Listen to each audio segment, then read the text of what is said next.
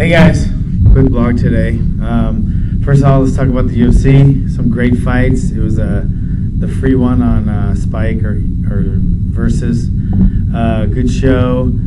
Terrible decision again. And if it's just me thinking it's a bad decision, because I don't favor either Kampmann or Diego Sanchez. I actually like Diego a lot. I think he's a great fighter. Tough, obviously tough as nails. But when the whole crowd is freaking booing like crazy, and Joe Rogan and Mike Goldberg are all dumbfounded by the decision, usually that just says there is a bad decision. Just like the last UFC with that crazy, decision.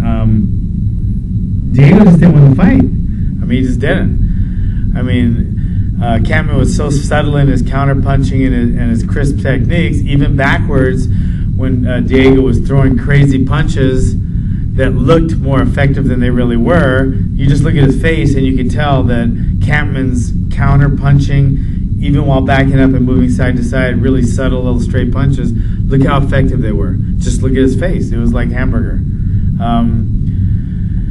It just, one takedown out of 13 attempts. I mean, what won the fight for him? Being more aggressive.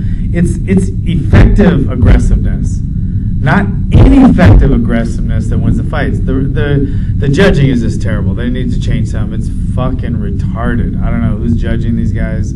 It's just blind. They're blind or stupid, one or the other. But Strikeforce last night, no bad decisions. Hendo, he hits like a freaking mule. I mean, his right hand, he doesn't even have to worry about takedowns or anything because he's such a good wrestler.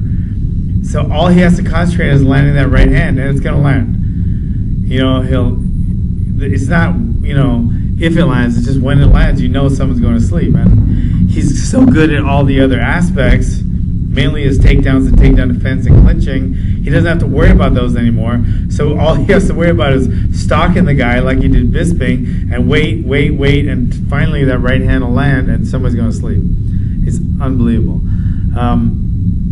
Mark Munoz in the UFC, great performance. That guy's going to be a beast, or he is a beast. He's going to be a champ. And that new guy, Weidman, I guess he's, top of the food chain too. He's climbing up fast. So some good fights. That girl fights were good at Strikeforce.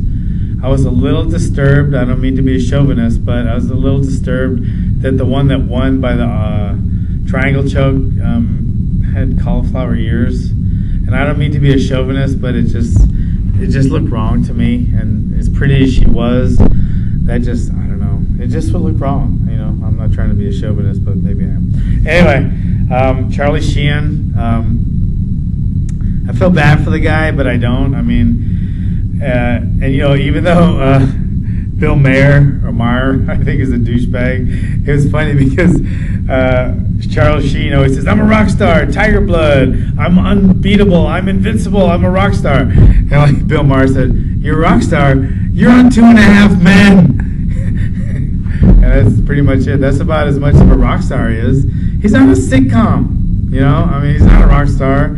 He's delusional. He has brain damage now from too much drug use, and he's delusional. I feel bad, but I don't because he caused it on himself. But I've worked in psych hospitals long enough to see that all the time, even from people that don't do drugs that just have brain damage. He has brain damage. I mean, he's delusional. Guys that talk with those grandiose, prepositions and sentences like, "I have tiger blood flowing through my veins." That's a delusional state, and it's sad that he's fucking gone. He's just basically gone. They should just fucking put him to sleep. War in Libya.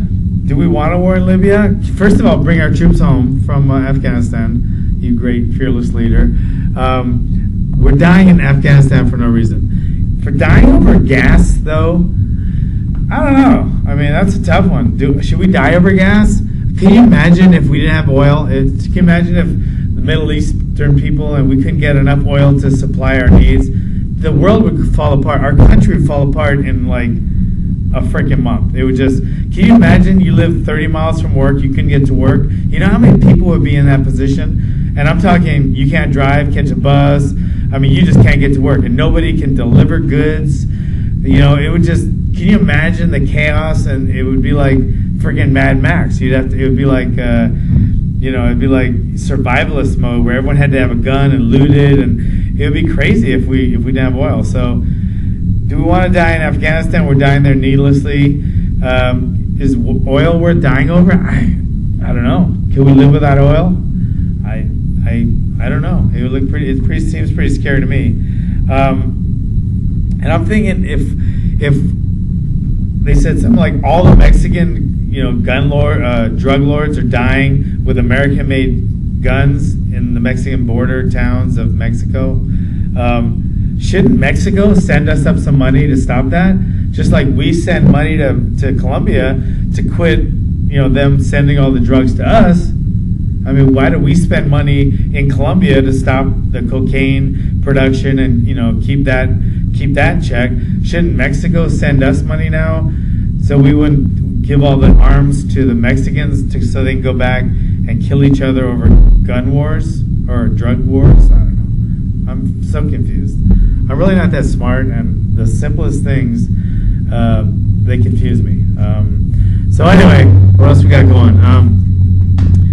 Vegas is coming up. There's all kind of permits and just crazy fees coming up that I wasn't even expecting, and it just makes it a little more expensive or a lot more expensive and taking a lot more time. Other than that, we got seminar this week, a big pit seminar. We got Court McGee coming out and some other high-end MMA dignitaries that I'm not going to name their names because it's supposed to be a hush-hush thing.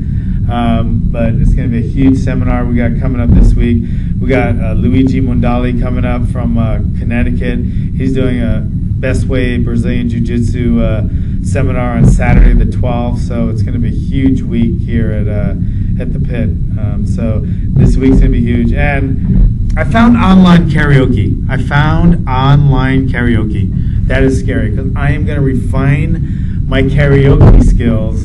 And I'm going to take over the karaoke world because I'm pretty good now, and I just started like a month ago, and I've already climbing the ladders of the top of the world karaokeing. Now there's an online site where you can like practice your skills and refine them. Like I was in the basement of Rocky 3.